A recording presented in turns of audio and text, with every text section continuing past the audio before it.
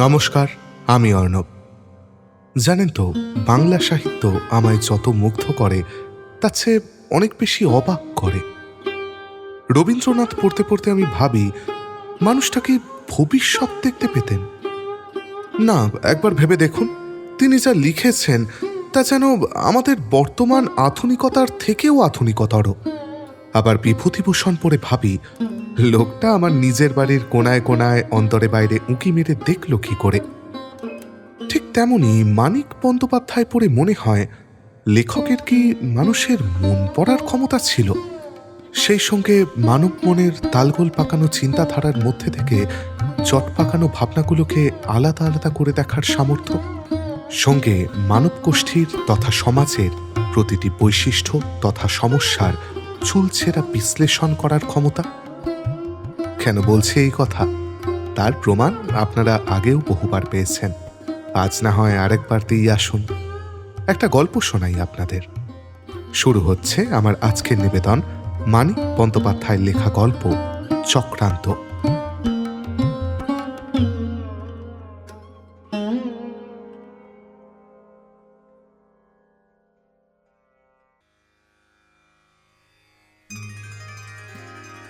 এক মাস আগে পরে দুজনে চাকরি পেয়েছিল। প্রতিমা পেয়েছিল আগে 150 টাকার। মহেশ মাসখানেক পরে শুরু করেছিল 100 টাকায়। তারপর অবশ্য মহেশ তাড়াতাড়ি ছাড়িয়ে গিয়েছিল প্রতিমাকে। যুদ্ধের অস্থায়ী চাকরি বলেই বোধ হয়। প্রতিমার চাকরি স্থায়ী হওয়ায় সে 150 টাকাতেই আটকে ছিল কয়েক বছরের জন্য। চাকরি করে একদিন বাড়ির সকলকে মোটরে চাপিয়ে হাওয়া খাওয়াবে বলেই মহেশকে পরীক্ষাগুলি পাশ করানো হয়েছিল। প্রতিমার কাছে অবশ্য ওরকম প্রত্যাশা কেউ করেনি। তাকে পরীক্ষা পাশের সুযোগ দেওয়া হয়েছিল কম খরচে ভালো জামাই জোটাবার ভরসায়। পড়াবার ঋণ যে এদিক দিয়ে এভাবে শোধ করবে সে বাড়ির কেউ ভাবতেও পারেনি। মা বলেছিলেন মাথা চাপড়ে, চাকরি করবে? আমাদের কেঁদি চাকরি করবে? হায় মধুসূদন, ও মা গো, হায় ভগবান। বাবা বলেছিলেন ধমক দিয়ে, কি হচ্ছে কি, চুপ করো তুমি। 300 টাকা মাইনে, করবে না চাকরি? কত মেয়ে আজকাল চাকরি করছে, ওতে কোনো দোষ হয় না। তারপর বলেছিলেন ঝাঁঝের সঙ্গে, ছেলে ছেলে তো তোমার রাজা করলো তোমায়, পুরো বাপের পয়সায় সিগারেট টানছে, লজ্জাও নেই। অমন ছেলের চেয়ে মেয়ে অনেক ভালো, এটা জানবে। ভগবান যদি রাখুকে নিয়ে খেদির মতো আর একটা মেয়ে দেন। এভাবে কথাটা বলা অন্যায় হয়েছিল দীনেশের। ছেলের মৃত্যু কামনা করার মতোই শুনিয়েছিল কথাটা। রাখালকে টেনে নিয়ে তার বদলে ভগবান প্রতিমার মতো আর একটা 150 টাকার চাকুরে মেয়েকে ধপ করে আকাশ থেকে ফেলে দেবেন, প্রার্থনাটা এতখানি খাপছাড়া ছিল। প্রতিমাও প্রতিবাদ জানিয়ে বলেছিল, এটা তোমার অন্যায় বাবা, দাদা চাকরি করবে না বলেই তো, নইলে 100-150 টাকার চাকরি দাদা খুশি হলেই নিতে পারে। আমি যদি মিস্টার ঘোষকে বলি, 100 টাকার পোস্ট এখনই একটা দাদা নিশ্চয়ই পাবে। রাখাল ঘরের ভিতর ছিল না। বাড়ির কয়েকজন যেখানে একসঙ্গে বসে কথাবার্তা বলে, রাখাল সেখানে কখনো থাকে না। সে তো জানে কি আলোচনা সবাই করে থাকে। পৃথিবী জুড়ে এমন একটা হানাহানি চলছে ভয়াবহ, এলোমেলো উল্টো পাল্টা হয়ে যাচ্ছে সকলের জীবন। কিন্তু এত বড় জোয়ানমদ্য সে রোজগার করছে না, এটা ছাড়া কথা বলার আর তো কিছু নেই। লুঙ্গি পরে খালি গায়ে ঘরের সামনে বারান্দায় দাঁড়িয়ে সে সিগারেট টানছিল। সিগারেটটা সত্যই বাপের পয়সায় কেনা। গলির ওপাশে কলতলার ধারে বস্তির মেয়েদের জল নিয়ে মারামারি করা দেখতে দেখতে সে ঘরের ভেতরের আলোচনা শুনছিল। প্রতিমা তখনও আশ্বাস দিয়ে চলেছে বাপমাকে যে দাদাকে সে চাকরি পাইয়েই দেবে, বলে কয়ে রাজি করাবে চাকরি করতে। রাখাল তখন হঠাৎ ঘরে ঢুকে বয়স্তা চাকরে বোনের গালে ঠাস করে বসিয়ে দিয়েছিল একটা চর। নিজে একেবারে চাকরিতে বহাল হয়ে না এসে প্রতিমা এসব কথা বললে হয়তো মেজাজটা তার এতখানি খিচড়ে যেত না। দীনেশ প্রায় মারতে উঠেছিল ছেলেকে, হুঙ্কার দিয়ে বলেছিল, এই দণ্ডে বেরিয়ে যা আমার বাড়ি থেকে, দূর হয়ে যা, বচ্চাত পাষণ্ড গুন্ডা, বোনের গায়ে হাত, এক্ষুনি বেরো। বাড়িটা দীনেশের নয়, ভাড়াটে বাড়ি। আজ তো বাড়িটারও সে ভাড়াটে নয়, মাত্র দোতলাটো করি। রাখাল সেই দণ্ডে এক কাপড়ে দীনেশের দোতলা ছেড়ে চলে গিয়েছিল একতলায়। একতলার ভাড়াটে ফণী চক্রবর্তীর অল্প বয়সী বোকা বউ মাধুরীর কাছ থেকে 10টা টাকা চেয়ে রাস্তায় নেমে গিয়েছিল। টাকাটা অবশ্য ফণী চক্রবর্তী পরে আদায় করে নিয়েছিল দীনেশের কাছ থেকে, কিন্তু চাওয়া মাত্র রাখালকে টাকা দেওয়ার ব্যাপারটাকে সে যে গতকাল মদ খেয়ে বাড়ি ফিরে মাধুরীকে ঠ্যাঙাবার ছুতো হিসেবে কাজে লাগিয়েছে তার কোনো হিসেব হয় না। উপর থেকে মাঝে মাঝে প্রতিমাদের কানে এসেছে ফণীর পত্র গর্জন। হতো রাখাল চাঁদের সঙ্গে গেলি না কেন? তারপর থেকে রাখালের আর কোনো খবর মেলেনি। বৈশাখের মুহুর্মুহু বাজ ফেলা ঘন কালো আকস্মিক মেঘের মতো যে জ্বালা ভরা নিরুপায় হতাশার বিষাদ মহাসমারোহ ঘনিয়ে এসেছিল সেদিন এ বাড়িতে, বাড়ির 2টি তলাতেই আজও তা একেবারে মিলিয়ে যায়নি। কয়েকটা বর্ষা, শীত, বসন্ত যদিও ঘুরে গেছে ইতিমধ্যে। অন্য সকলের বিষাদ কমে এলো ক্রমে ক্রমে, কিন্তু প্রতিমার দুঃখ বেদনা গাঢ় ও গভীর হতে লাগলো দিনে দিনে। দুরন্ত মর্মচালার বৈশাখী ঝোড়ো মেঘ উড়ে মিলিয়ে না গিয়ে পরিণত হয় জীবনের আকাশ ঢাকা স্থায়ী শান্ত আষাঢ়ের বিষণ্ণ ভিজে মেঘে। না না, রাখাল নিরুদ্দেশ হয়েছিল শুধু এই জন্য নয়, মহেশও চলে গিয়েছিল এজন্য অনেকটা। দুজনে তারা ভালো চাকরি পাওয়ায় তাদের মিলনের বাতিলযোগ্য বাধাগুলি তুচ্ছ ও অকারণ হয়ে গিয়েছিল। তবু মিলন তো তাদের হলো না। মহেশ চাকরি করতে চলে গেল জব্বলপুর। হাজারবার মনে নাড়াচাড়া করেও প্রতিমা মহেশের যুক্তিটা বুঝতে পারেনি। অস্থায়ী চাকরি, তাতে কি এসে যায়? যতদিন যুদ্ধ চলবে ততদিন তো চাকরি থাকবে। কবে যুদ্ধের শেষ কেউ কল্পনাও করতে পারছে না আজ। তাছাড়া যুদ্ধের সঙ্গে অস্থায়ী চাকরিটা শেষ হলেও অন্য কোনো চাকরি জুটিয়ে নিতে পারবে, এইটুকু আত্মবিশ্বাস কি নেই মহেশের? অথবা সে বেশি মাইনের স্থায়ী চাকরি পেয়েছে বলে পুরুষের অভিমানে ঘা লেগেছে মহেশের? এটাই কি আসল কথা? প্রতিমা বিশ্বাস করতে চায় না, কথাটা কিন্তু কামড়ে থাকে মনের মধ্যে, তাকে ভাবতে হয়। জ্বালা ভরা উদ্বেগের মতো চিন্তাটা তাকে পীড়ন করে। মহেশের একটা ছেলে মানুষই অভিমান তাকে বাতিল করে দিয়েছে, এটা সে বিশ্বাস করতে চায় না। তবু সময় সময় এমন তুচ্ছ মনে হয় নিজেকে, এমন আঘাত লাগে তার নিজের অভিমানে। তারপর মাইনের হিসেবে মহেশ তাকে ছাড়িয়ে গেল। তখন এদিকে জ্বালাটা কমল প্রতিমার। কিন্তু চাকরিতে এত উন্নতি করেও মহেশ কেন ইতস্তত করছে? অনেক দূরের ভবিষ্যতের অনিশ্চিত ভয়কে আঁকড়ে রয়েছে ভেবে আসল জ্বালাটা তার বেড়েই গেল। তাদের দুজনকে দূরে সরিয়ে দিলেও দুজনের চাকরি যে দুটো সংসারকে চালু রেখেছে তাতে কোনো সন্দেহ নেই। চলতে চলতে লড়াই তখন প্রচণ্ড জোরে চলা আরম্ভ করেছে। জিনিসপত্রের দাম চড়তে আরম্ভ করেছে হু হু করে। বাজার পরিণত হয়েছে চোরা বাজারে। লক্ষ লক্ষ সংসার হয়ে এসেছে অচল টলমল। লক্ষ লক্ষ মানুষের না খেয়ে মরবার সম্ভাবনা বাস্তব সত্যে পরিণত হতে আরম্ভ করেছে পথে ঘাটে, গায়ে গঞ্জে, শহরে। মহেশের বাবার পেনশনের টাকায় তার অত বড় সংসার তখন কোনো মতেই চলত না। পেনশন 1 পয়সা না বাড়লেও সংসার চালানোর উপকরণের দাম বেড়েছে বহু গুণ। একটা গোটা টাকাও যেন হয়ে গেছে মাত্র 2 আনির সামিল। দীনেশের সংসারও অচল হতো। তার সওদাগরি আপিসের চাকরির মাইনে বাড়ল না 1 পয়সাও।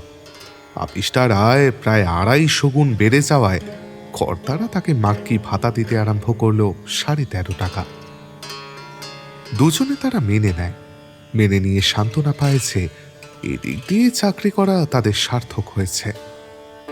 কিন্তু নিজেরা সুখী ও সার্থক হয়েও তো অনায়াসে তারা চাকরি করে চালু রাখতে পারত সংসার দুটিকে। চাকরি পাওয়াতেই যখন বাধা সব বাতিল হয়ে গেল, মহেশ একা না পেয়ে দুজনেই পাওয়াতে যখন আরো বেশি রকম গেল, তখন জাতের তফাৎ নিয়ে অশান্তি হতো না দুটি পরিবারে।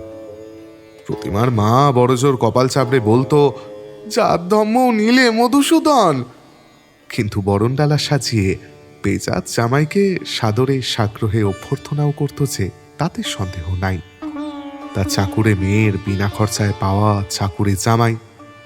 পাওনা ঘন্টার ঘাটতির আফসোস মহেশের বাবা সামলে উঠত রোজকেরে বউ পেয়ে, যার 2 বছরের রোজগার ছাপিয়ে যাবে একসঙ্গে পাওয়ার প্রত্যাশাকেও। মিলনের জন্য উন্মুখ উৎক্ষিপ্ত হয়ে উঠেছিল দুজনেই। তবু পর হয়ে দূরে দূরে তাদের থাকতে হলো কেন এক অনিশ্চিত কালের জন্য, প্রতিমা ভেবে পায় না। জব্বলপুর রওনা হওয়ার আগের দিন সন্ধ্যায় মহেশ বিদায় নিতে এসে চা খেতে চেয়েছিল খোলা ছাতে, ঘামে ভেজা জামা খুলে খালি গায়ে পাটিতে পা ছড়িয়ে পিছনে হেলে দুহাতে ভর দিয়ে বসে। দিনের অবসানে সন্ধ্যার বিচিত্র পরিবর্তনগুলি তখন সবে ঘটতে শুরু করেছে আকাশে ও পৃথিবীতে। তখন যুদ্ধের কারণে আলো জ্বালা নিষেধ। সন্ধ্যাদ্বীপের শিখা বাইরে থেকে নজরে পড়লেই জরিমানা, জেল পর্যন্ত হতে পারে। চাঁদ বা তারা মানুষের হুকুম না মেনে আলো ছায়ায় ঝিকিমিকি খেলা শুরু করেছে। মৃদু বাতাস সস্নেহে মুছিয়ে দিয়ে যাচ্ছে দুজনের সারাদিনের কাজের শ্রান্তি, ঘাম। ও বাড়ির কাঁকলাস কিশোরটির বাঁশের বাঁশিতে ছড়িয়ে পড়ছে আথালি পাথালি মাথা কপাল কোটা ব্যথার আকুতি। ভয়ে তারা অবশ হয়ে গিয়েছিল, কথা জড়িয়ে গিয়েছিল তাদের। নির্বাক স্তব্ধতায় মরিয়া হয়ে উঠেছিল তারা, কিন্তু নিজের হাত দিয়ে অপরের হাতটি পর্যন্ত ছুঁয়ে দেখতে তারা একজনও ভরসা পায়নি অপরজনের মনে কষ্ট দেবার ভয়। 1 বছরের মধ্যেই পার্মানেন্ট করে দেবে বলেছে। যেদিন পার্মানেন্ট হব সেদিন ছুটি নিয়ে আসব। ছুটি দিক না দিক আমি জোর করেই নিয়ে আসব। আজ চাই খেদি, কেমন যেন খারাপ লাগছে বলে মহেশ পালিয়ে গিয়েছিল।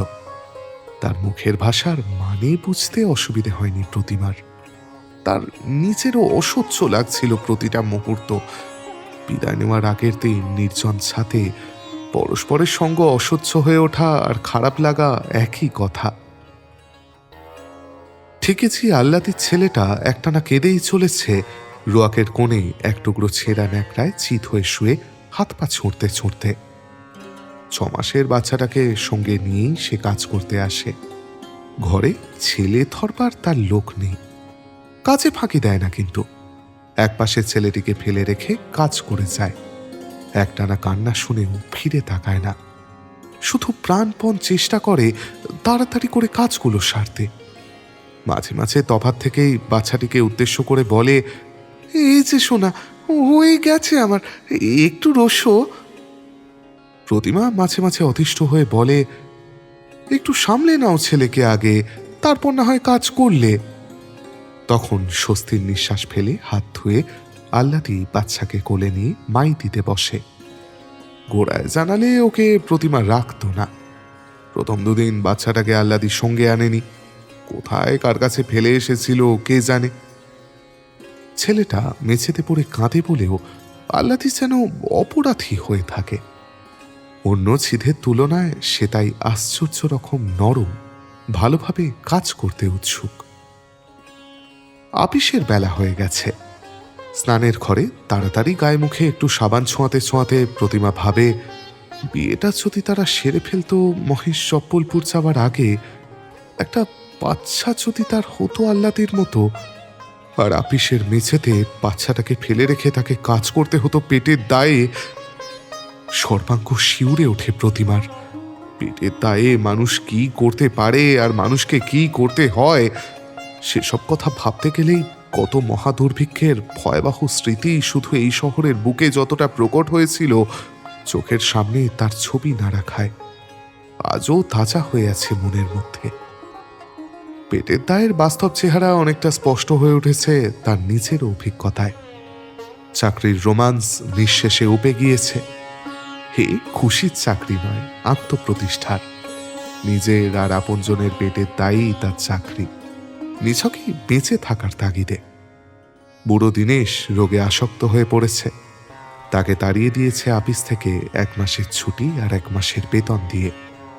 20 বছর বয়সে শুরু করে 31 বছর টানা কাজ করে যাওয়ার কি অপূর্ব পুরস্কার! প্রতিমার রোজগারে আজ সংসার চলছে 1 বছরের বেশি।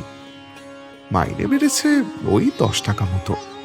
তার অনেক পরে কাজে লাগলেও ইতিমধ্যেই 2টো ইনক্রিমেন্টে মিনার বেড়েছে 50, তার বেলা মাত্র 10 টাকা। কি আর করবে, কর্তা ব্যক্তিদের সঙ্গে ফষ্টি নষ্টি করাটা তার আয়ত্ত হয়নি। তাই তার শুধু কাজের মাইনে, কাজটা সুসম্পন্ন হওয়া আপিসেরই প্রয়োজন। তাকে দিয়ে ভালোভাবেই কাজ চলছে, এইটুকুই তার দাম। পুরুষ কাউকে রাখতে হলে অনেক বেশি মাইনে দিতে হতো, এও তার একটা রক্ষা কবচ। অন্য দাম না দিয়েই তাই সে রক্ষা পেয়েছে। নইলে হয়তো ঘোষ সাহেবের সঙ্গে গাড়িতে যেতে অস্বীকার করার পরের দিন থেকেই চাকরি আর তাকে করতে হতো না। স্নানের ঘর থেকে বেরোতে বেরোতে তার মনের ভাব বদলে যায়। মুখে একখলি গানও গুনগুনিয়ে ওঠে। কাল থেকে সে ছাড়া ছাড়া ভাবে একটা উত্তেজনা বোধ করছে। সবার সঙ্গে তার জীবনকেও এলোমেলো অর্থহীন ব্যর্থতায় ভরে দিয়ে চলেছে যে কুচক্রীরা, তাদের বিরুদ্ধে ক্ষোভ ও বিদ্বেষ কত বছরে স্থায়ী হয়ে গেছে তার মধ্যে। মহেশ আসছে এ খবরের ক্ষমতা ছিল না সাময়িকভাবেও তা কাটিয়ে দেয়। মেঘের ফাঁকে রোদ ওঠার মতোই তার উল্লাস জাগছিল, আবার থেকে যাচ্ছিল। আজকালের মধ্যেই আসবে লিখেছে মহেশ, আর কিছু লেখেনি। চাকরি থেকে সে যে ছাঁটাই হয়েছে প্রতিমা তা জানে, মহেশ কিন্তু তাকে জানায়নি। কেন জানায়নি কে জানে? কি ভেবেছে মহেশ, কি স্থির করেছে? জানবার জন্য ছটফট করে প্রতিমার মন। এতদিন ধরে যত চিঠি লিখেছে মহেশ তাকে, ভবিষ্যতের কথা বেরিয়ে গেছে সবগুলিতেই। মাঝে মাঝে শুধু লিখেছে যে অন্য ডিপার্টমেন্টে ট্রান্সফার হয়ে গিয়ে স্থায়ী চাকরি পাওয়ার আশা আছে। তাড়াহুড়ো করে স্নান সারতে পারে না প্রতিমা, তাই তাড়াতাড়ি নাকে মুখে গুঁজে খাওয়া সারতে হয়। দীনেশের এসব ছিল টাইম বাঁধা কাজ। ঘড়ি ধরে সে নাইতে যেত, মগগুনে মাথায় জল ঢালত। খেতে সময় লাগতো না 1 মিনিট বেশি বা 1 মিনিট কম। রান্নার পথ বেশি হলেও নয়, কম হলেও নয়। এতটুকু ব্যস্ততা দেখা যেত না দীনেশের। আস্তে চালানো কলের মতো ধীরে সুস্থে নাওয়া খাওয়া সেরে জামা জুতো পরে ছাতাটি বগলে নিয়ে ঠিক সময়ে আপিসে রওনা হতো। সেও হয়তো ওরকম হতে পারবে আরো কয়েক বছর চাকরি চালিয়ে যাওয়ার পর। নাইতে যাওয়ার আগে তার চেয়ে অদ্ভুত আলস্যটা আসে। উঠি উঠি করেও সে উঠতে পারে না। চটপট স্নানটা সেরে নেবে ভেবেও স্নানের যে আরামটা নেশার মতো পেয়ে বসায়, কিছুতেই স্নানটাকে সে সংক্ষিপ্ত করতে পারে না। সে আলস্য আর আরামের নেশা হয়তো একদিন তার কেটে যাবে। চাকরিতে বাপের মতো হয়ে চেহারাতেও হয়তো বাপের মতো হয়ে যাবে ততদিনে, গোলগাল মোটা। আগের চেয়ে সে অবশ্যই রোগাই হয়ে গেছে কবছরে, মোটা হওয়ার কোনো সূচনা এখনো দেখা দেয়নি। প্রতিমা তাড়াতাড়ি আপিসের কাপড় পরছে। মহেশ এসেছে খবর পৌঁছল। প্রতি মুহূর্তেই সে তার আবির্ভাব প্রত্যাশা করছিল, তবুও তার মনে হলো যেন এক পরম বিস্ময়কর ঘটনা ঘটেছে। সর্বাঙ্গ কিছুক্ষণ শিথিল অবশ হয়ে রইল তার রোমাঞ্চের পর। চোখ বুজে ঠোক গিলে মাথায় এসে একবার ঝাঁকি দিয়ে নিল। কি বিশ্রী, কি অস্বাভাবিক এই উগ্র কামনা নিয়ে এত দীর্ঘকাল একজন মানুষের অনিশ্চিত প্রতীক্ষায় দিন গোনা, দেহ মন যা এমন ভাবে ক্ষয় করে আনে। কাপড় ঠিক করে নিয়ে ঘর থেকে বেরোতে যাবে প্রতিমা, আর একটু দেরি করতে হলো। হঠাৎ চোখ ফেটে জল বেরিয়ে এলো এক পশলা। মহেশ রোগা হয়নি, আগের থেকে শক্ত সমর্থ সুশ্রী হয়েছে চেহারা। গাল ভরে ওঠায় তার মুখের চামড়া একটু রুক্ষ হওয়াতে বেশ জবরদস্ত দেখাচ্ছে তাকে। ফিরে এলে শেষ পর্যন্ত? কেন বিশ্বাস হচ্ছে না? সবে তারা কথা শুরু করেছে, দীনেশের ভাঙা গলার আওয়াজ ভেসে আসে, 10টা বাজে যে খেদি, আপিসে লেট হয়ে যাবে তো। মহেশের সর্বাঙ্গে ব্যাকুল দৃষ্টি বুলাতে বুলাতেই নিচু গলায় প্রতিমা বলে, চলো বেরিয়ে যাই, কোথাও বসে কথা বলা যাবে নিশ্চিত মনে। আপিস কামাই করেছি জানলে বাড়িতে সব খেয়ে ফেলবে প্যান পেনিয়ে, পাছে চাকরি যায়। তুমি আপিস যাবে না? মহেশ জিজ্ঞাসা করে রাস্তায় নেমে। আজ আপিস যাব? প্রতিমা বলে ভৎসনার সুরে। তোমার সঙ্গে ঝগড়া করতে করতেই সারা দিন কেটে যাবে। কতদিনের ঝগড়া জমে আছে বলো তো? প্রথমে বলো দেখি, একটিবার ছুটি নিয়ে তুমি এলে না কেন? বারবার লিখলাম, তবু এলে না। 4 দিনের জন্য আসতে ইচ্ছে করতো না আসলে। 7 দিনের বেশি ছুটি দিল না একসঙ্গে। তাছাড়া তাছাড়া না, ও কিছু না, এমনি। আশ্চর্য হয়ে মুখ তুলে প্রতিমা মহেশের দিকে তাকায়। তাকে কিছু বলতে শুরু করে হঠাৎ থেমে গিয়ে মনের কথা মনে রেখে দেওয়ার স্বভাব তো ছিল না মহেশের। মহেশের মুখে অন্যমনস্কতার ছাপ তাকে আহত করে। প্রায় 4-5 বছর পর দেখা, এখনো 5 মিনিটও পূর্ণ হয়নি। চাকরির কথাটা যে বলতে গিয়েও বলতে পারছে না মহেশ, প্রতিমা সেটা বুঝতে পারে। মহেশকে 1 কাপ চাও দেওয়া হয়নি মনে ছিল প্রতিমার। চায়ের দোকান সামনে পড়ায় সে মহেশকে ভেতরে ডেকে নিয়ে যায়। সে নিজেও চা খাবে। চাকরিতে ঢুকে থেকে চায়ের পিপাসা অদ্ভুত রকম বেড়ে গেছে প্রতিমার। পেলেই খায়। ভাত খাওয়ার 8 ঘন্টার মধ্যেও খেতে বাঁধে না। মাঝে মাঝে অম্বলে বুক জ্বলে, তবু সে খায়। স্কুল কলেজ আপিসের টাইম, দেশি রেস্টুরেন্টই প্রায় খালি। চায়ে গুড়ের গন্ধ। মহেশ মুখ বাঁকায়। প্রতিমা নির্বিচারেই খেয়ে যায়। তার এখন অভ্যেস হয়ে গেছে। এইখানে এতক্ষণ পরে মহেশ চাকরির কথা বলে। তার কথার ছাঁচে চমক লাগে প্রতিমার। কিভাবে ঠকালো দেখো না। 2 বছর আগে পার্মানেন্ট চাকরি পেয়েছিলাম একটা, জানো তো। রিজাইন করতে যাওয়া মাত্র মাইনে বাড়িয়ে দিল। একরকম কথা দিল যে নিশ্চয়ই পার্মানেন্ট করে দেবে। আর আজ এক কথায় ছাঁটাই। বললে এখানকার লেবার এক্সচেঞ্জে চাকরির ব্যবস্থা করে দেবে। 4-5 দিন ধর্ণা দেওয়ার পর কাল এক ইউরোপিয়ান ফার্মে পাঠিয়েছিল। ম্যানেজার বললে 60 টাকার চাকরি একটা দিতে পারি। 60 টাকা? 4-5 দিন? প্রতিমা সংশয় ভরে প্রশ্ন করে। ও ও ও আমি এসেছি 3-7 আগে। ভেবেছিলাম আগে একটা কিছু করি, তারপর। টেবিলের সস্তা শ্বেত পাথরে কনুই রেখে দুজনে মুখোমুখি বসে থাকে চুপ করে। মহেশের তীব্র আতঙ্ক সে টের পায়। ছোঁয়াচ লেগে কেঁপে কেঁপে যায় তারও বুক। এ তো সহজ কথা নয়। এমনভাবে হতাশ, এমনভাবে দিশেহারা হয়ে গেছে মহেশ। মহেশ ছাঁটাই হয়েছে এ কথা আগে জানলেও তার তো বিশেষ ভাবনা হয়নি। সে ধরে নিয়েছিল যুদ্ধের চাকরি গেছে তো গেছে, মহেশ আরেকটা চাকরি ঠিক জুটিয়ে নেবে, নয়তো অন্য কিছু করবে। এই কদিনের চেষ্টায় চাকরি জোটেনি বলেই এমন ভয় পেয়ে গেছে মহেশ, এমন উতলা হয়ে উঠেছে, এমনভাবে ভেঙে পড়েছে তার আত্মবিশ্বাস। এতকাল পরে বাড়ি ফিরে 2 দিন বিশ্রাম পর্যন্ত করেনি। একটা কিছু ঠিক করে না নিয়ে তাকে মুখ দেখাতে চায়নি 7 দিনের মধ্যে। প্রতিমা খুব দমে যায়। সহানুভূতিতে বুক তার ভরে ওঠে। কিন্তু সেই সঙ্গে একটা একটা অদ্ভুত গর্ব আর উল্লাস সে অনুভব করে অনেক দিন পরে। 4 বছরের প্রতীক্ষাক্লিষ্ট ছিমনো হৃদয় নতুন সুখ ও গৌরবে জীবন্ত হয়ে ওঠে। তার জন্য, তারই জন্য মহেশ বিব্রত, বিপন্ন অবস্থা তার। চাকরি স্থায়ী নয় বলে 4 বছর তাকে কষ্ট দিয়ে চাকরি হারিয়ে এসে দিশেহারা হয়ে গেছে মহেশ। পাগলের মতো একটা কিছু ঠিক করার জন্য ঘুরে বেরিয়েছে চারিদিকে, কিন্তু 7 দিনের বেশি দূরে থাকতে পারেনি। ব্যর্থ হয়ে, হতাশ হয়ে তারই কাছে ছুটে এসেছে সান্ত্বনার জন্য, দরদের জন্য। মমতায় অবশ্য বুকটা টনটন করে ওঠে প্রতিমার, কিন্তু সে কি করে ঠেকাবে পুলকের রোমাঞ্চ?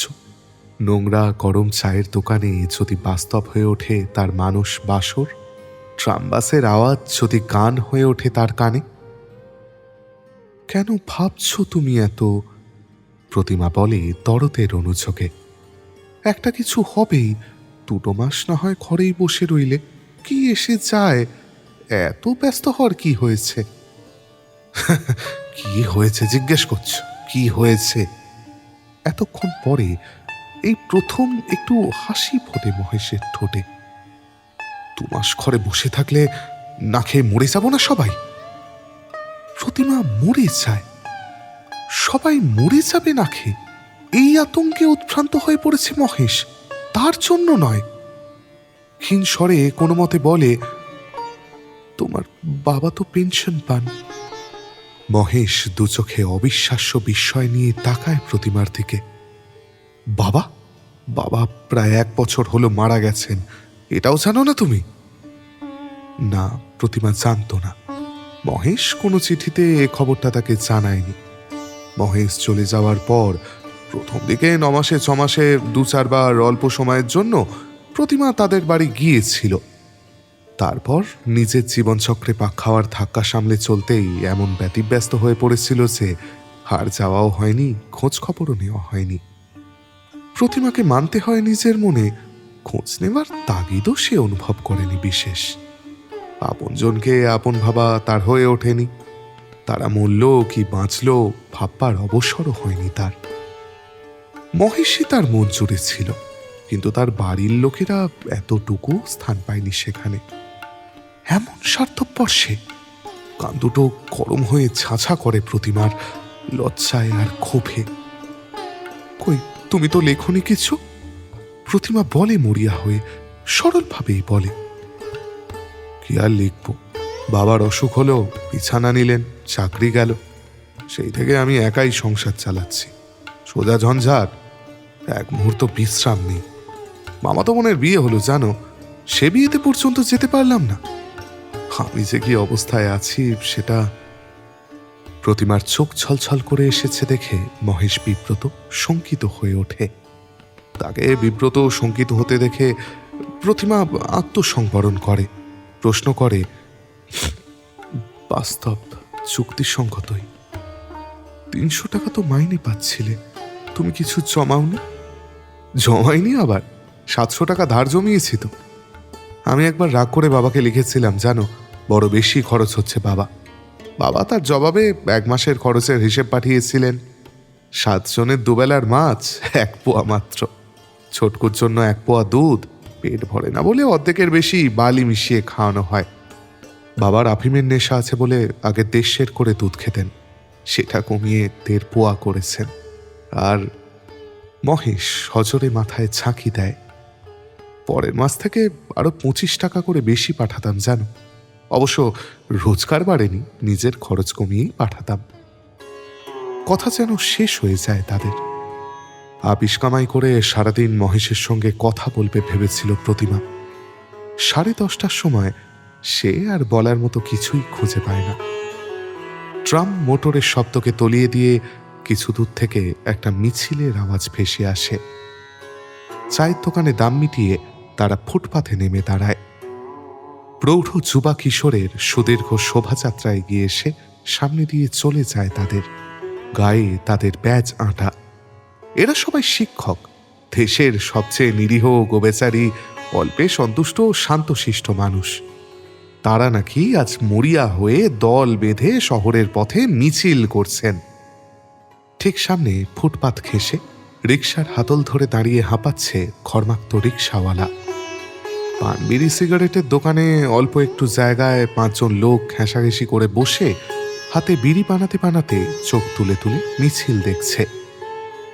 ঝাঁটা হাতে যে 3টে ম্যাথরানি ওপরতলার ব্যাংকের ফুটপাত থাকা অলিন্দের থামে ঠেস দিয়ে দাঁড়িয়ে উদাস অপেক্ষার দৃষ্টিতে চেয়ে আছে মিছিলের দিকে। বারবার তাদের দিকেই তাকায় প্রতিমা। 3 জনেই যে ওরা জননী সে টের পায়, ওই কম বয়সী ছিপছিপে মেয়েটি পর্যন্ত। হঠাৎ প্রতিমা ব্যগ্রভাবে নিচু গলায় বলে, আমি তো 150 টাকা পাই, তুমি যদি 60 টাকার ওই চাকরিটা নাও। গলা বন্ধ হয়ে যায় তার, ঠোঁট কামড়ে সে মাথা নামায়। মহেশের দিক থেকে কোনো সাড়া না পেয়ে মুখ তুলে স্বস্তির নিঃশ্বাস ফেলে সে। ভাবে ভাগ্যে তার কথা মহেশ শুনতে পায়নি। আমি আর চাই খেদি। আচ্ছা, পরশু আসবো, কাল একটা অ্যাপয়েন্টমেন্ট আছে, দেখি কি হয়। পরশুই এসো। বিকেলে এসো 6টার সময়। আচ্ছা, এখন উঠি। মিছিলের পিছনে ট্রামে উঠে মহেশ যেন কাঠের পুতুলের মতো দাঁড়িয়ে থাকে ফুটবোর্ডে। দরজার মাঝখানে রডটা আঁকড়ে ধরে অন্য মানুষের শরীরগুলোর সঙ্গে সেঁটে গিয়ে ফিরে সে তাকায় না, একবারও না। প্রতিমা চায়ের দোকানে ঢুকে আর এক কাপ চা খায়। হাত ঘড়িতে সময় দেখে 11টা প্রায় বাজে। পৌঁছতে 11:30 হবে। মিছিমিছি আপিস কামাই করে কোনো লাভ আছে কি? তার চেয়ে নয় লেট হবে। মিনা তো প্রায়ই অফিসে লেট করে আসে, সে নয় একদিন লেট করে যাবে। আপিস যদি সে না যায়, কি করার আছে তার? কোথায় সে যাবে? সারাটা দিন কাটবে কোথায়? কি নিয়ে কাটবে? চায়ের দাম দিয়ে প্রতিমা বাসে ওঠে। বাসে যত ভিড় হোক বসতে পাওয়া যায়। প্রায় সবগুলি আসনের ওপরে লেডিস সিট লেখা থাকে। লেডিকে উঠলেই কন্ডাক্টর পুরুষদের উঠিয়ে দিয়ে লেডিকে বসিয়ে দেয়। আর কিছুই নয়, দেহে ভীরু কাপুরুষ হস্তার্পণ থেকে বাঁচা যায় বসতে পেলে। আপিসের কাছে গিয়ে কিন্তু সে বাস থেকে নামে না। একটা দারুণ অনিচ্ছা, কঠোর প্রতিবাদ মাথাচাড়া দিয়ে উঠেছে। জীবনে আর সবকিছু তার বাতিল হয়ে যাবে, শুধু থাকবে অফিস। দুজনের কথা তার মনে পড়েছে। আপিসে দিন কাটাবার অভ্যাস যখন হয়নি, তখন যাদের যে কোনো একজন সঙ্গে থাকলে দিন যে কোথা দিয়ে কেটে যেত টেরও পেত না, শুধু গল্প আর কথায়। কতকাল দেখা হয়নি ওদের সঙ্গে। আজ আপিসে না গিয়ে মিনতি আর সুধার বাড়িতেই ভাগাভাগি করে কাটিয়ে দেবে দিনটা। গলির মধ্যে মিনতিদের বাড়ি। ভেতরে ঢুকেই প্রতিমার চোখে পড়ে মিনতির বড় ভাই মাখন বারান্দায় খেতে বসেছে। এতদিন পর প্রতিমাকে দেখে সে নির্জীবের মতো বলে, অনেকদিন পরে এলেন। আপনি আপিস যাননি? আপিস? কিসের আপিস? যুদ্ধ তো শেষ হয়ে গেছে, আবার আপিস কিসের?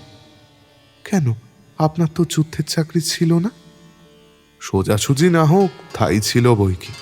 যুদ্ধের জন্য কাজ বেড়েছিল, বেশি লোক নিয়েছিল। এখন কাজ কমেছে, ছাড়িয়ে দিয়েছে। মাখনের বউ আসছিল, কন্ট্রোলের মোটা ছেঁড়া ছোট কাপড় পরা। পাতের সমস্ত ভাত মাখন ডাল দিয়ে মাখছে।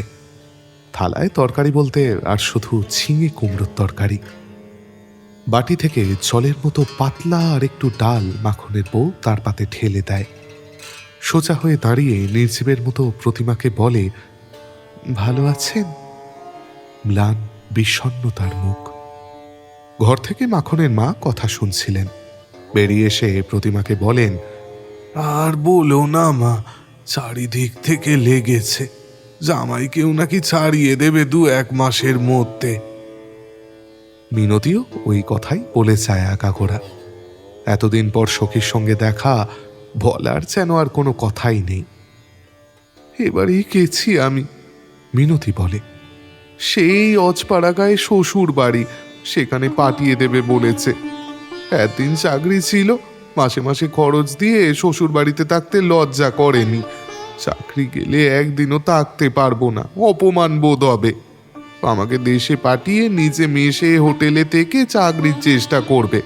আমি যত বলি, তুমি হোটেলে থাকতে চাও থাকো, আমি এখানে থাকলে দোষ কি? তা রাখবে না। বেশি বলতে গেলে চটে যায়, এমন বিশ্রী মেজাজ হয়েছে আজকাল। প্রতিমার যেন নিঃশ্বাস বন্ধ হয়ে আসে।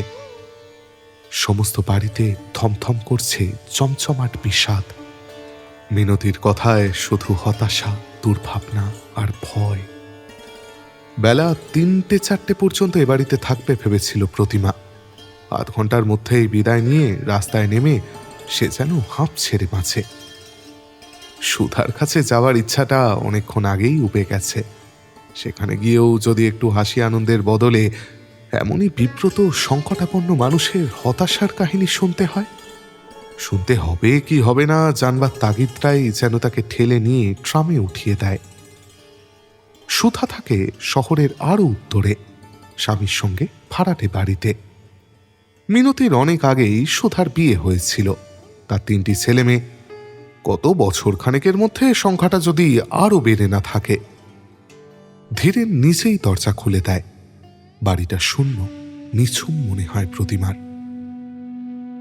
সবাইকে দেশে পাঠিয়ে দিয়েছি ও মাসে। হঠাৎ দেশে? থিরেন একটু চুপ করে থাকে। বোধহয় তার মনে পড়ে এই মেয়েটি সুধার প্রিয়তম সখী, তার সঙ্গেও এর পরিচয় আত্মীয়তার মতোই ঘনিষ্ঠ হয়ে উঠেছিল। ব্যাপার আর কি, একটা বড় বিপদে পড়ে গেলাম। অফিসে হঠাৎ ডিগ্রেড করে দিলে, মাইনে প্রায় অর্ধেক হয়ে গেল। আমার কাছে দোষ দেখালে কতগুলি, কিন্তু আসল কথা হলো লড়াই থেমে গেছে। একটা ছুতো করে মাইনে কমিয়ে দিলে আর কি। আমি রিজাইন দিলে ওদের কিছু যায় আসে না, ওই মাইনেতেই অন্য লোক নেবে।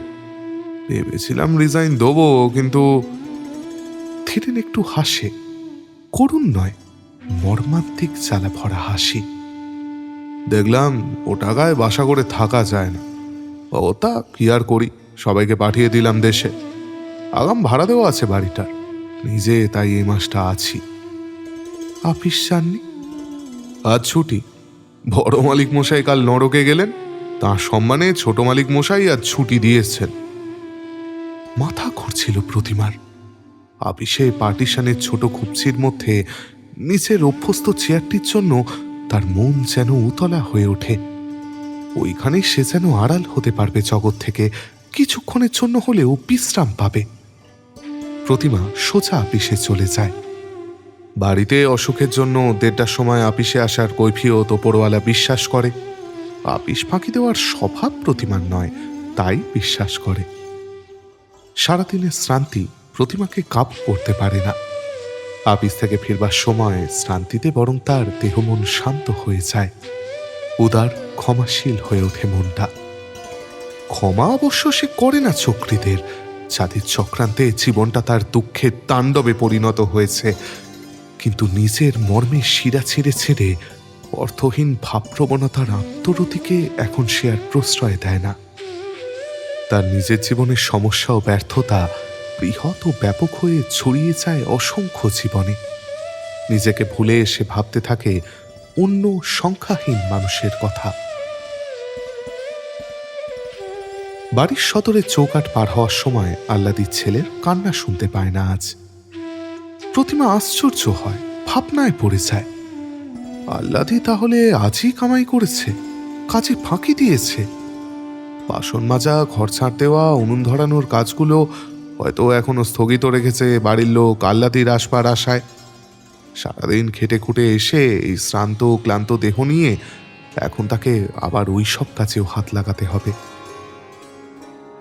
কলতলা থেকে বাসনের পাঁচা নিয়ে আহ্লাদি রান্নাঘরের দিকে যাচ্ছে প্রতিমা দেখতে পায় ভেতরে ঢোকেই। তারপর তার চোখ পড়ে বারান্দার কোণে ছেঁড়া ন্যাকড়ায় শোয়ানো ঘুমন্ত শিশুটার দিকে। বাসন রেখে এসে আহ্লাদি বলে, জ্বর হয়েছে গো দিদিমণি, কাপড়া জ্বর, অগরে ঘুমুচ্ছে। তাহলে তুই কাজ করতে এলি কেন আজকে? ধমক দিয়ে বলে প্রতিমা। না এলে যে মাইনে কাটবে দিদি, খাবো কি? আহ্লাদি বলে দাঁতে দাঁত কামড়ে। প্রতিমা বার কয়েক তার পা থেকে মাথা পর্যন্ত চোখ বুলিয়ে নেয়। হ্যাঁ রে, তোর স্বামী কাজ করে না? এতদিন এখানে কাজ করছে, প্রতিমা কোনোদিন তার ঘরের খবর একটিও জিজ্ঞেস করেনি। আহ্লাদি চোখ নামায়, মুখের তীব্র আক্রোশের ভঙ্গিটা নরম হয়ে আসে। কলে খাটে। একটু থেমে চোখ দেয়। একজনের রোজগেরে তো চলে না দিদিমণি আজকাল। এ কথা যেন বলবার দরকার ছিল। কামাই করলে মাইনে কাটা যাবে বলে জ্বরে কাহিল শিশুটিকে নিয়ে সে কাজ করতে এসেছে, তারপরেও বলার দরকার ছিল। দিন চালানোর দায়ে আহ্লাদি ছেলে নিয়ে বাসন মাজতে আসে তার ঘরে, এ তো চিরদিন সে জানত। কিন্তু সে যে কেমন দায়, আজকের মতো এমন মর্মে মর্মে কি জানতে পেরেছিল কোনোদিন? জাঁতাকলে নিজের জীবনটা পিষে যাচ্ছে জেনেছে বলে মহেশ, মিনতি, তার স্বামী, মাখন, তার মা, বউ, সুধা, ধীরেন, এদের জগতের জীবনগুলি পিষে যাচ্ছে অনুভব করেছে বলে তবেই না আজ তার মনে পড়েছে এমন কত আহ্লাদি আর তার স্বামী আছে যারা গুঁড়ো হচ্ছে এই পেশনে। অন্ধকারে ছোট মেয়ের ভয় পাওয়ার মতো অদ্ভুত একটা অন্ধ আতঙ্ক জাগে প্রতিমার। কোলের ছেলেকে মাটিতে ফেলে আহ্লাদিকে তার বাসন মাজতে হয়। তবু একবেলা কামাই করলে সে তার মাইনে কাটে, এই পাপের ফলে কি ফলছে তার জীবনে? আহ্লাদিদের অভিশাপে কি লেগেছে মিনতিদের, সুধাদের, মাখনের মা বউদের জীবনে? ব্যাস, আমাদের আজকের গল্প এখানেই শেষ। সত্যি বলতে সম্ভবত এই প্রথম কোনো গল্প নিয়ে কাজ করার পর আমাদের গোটা টিমের এক রিয়াকশন, আমরা ভয় পেয়েছি সবাই। এই টালমাটাল সময়ে দাঁড়িয়ে এমন একটা ধাক্কা খেয়ে সত্যি কথা হারিয়েছি আমরা। আমাদের ও আমাদের শ্রোতাদের মধ্যে বেশ একটা বড় অংশ আছেন যারা কাজ করেন গ্রাসাচ্ছাদনের জন্য, যারা জানেন একটা চাকরি থাকা না থাকায় কি আসে যায়, একটা স্টার্ট আপ সাকসেসফুল না হলে কি হতে পারে। বর্তমান যুদ্ধ পরিস্থিতি থেকে সমাজের অবস্থা যাকেই দোষ দিই, মনে মনে আমরা সকলেই জানি একটা কাজ ছাড়া বাঁচা হবে না। হ্যাঁ, জীবনটাই স্তব্ধ হয়ে যাবে, আজ নয়তো কাল। সেই জন্য আমরা ছুটি নিয়েও ভাবতে বসি, আজ অফিসটা করে নিলেই হতো মনে হয়। ছুটি নিয়ে পেন্ডিং অফিসের কাজ করি বা অন্য চাকরি খুঁজি।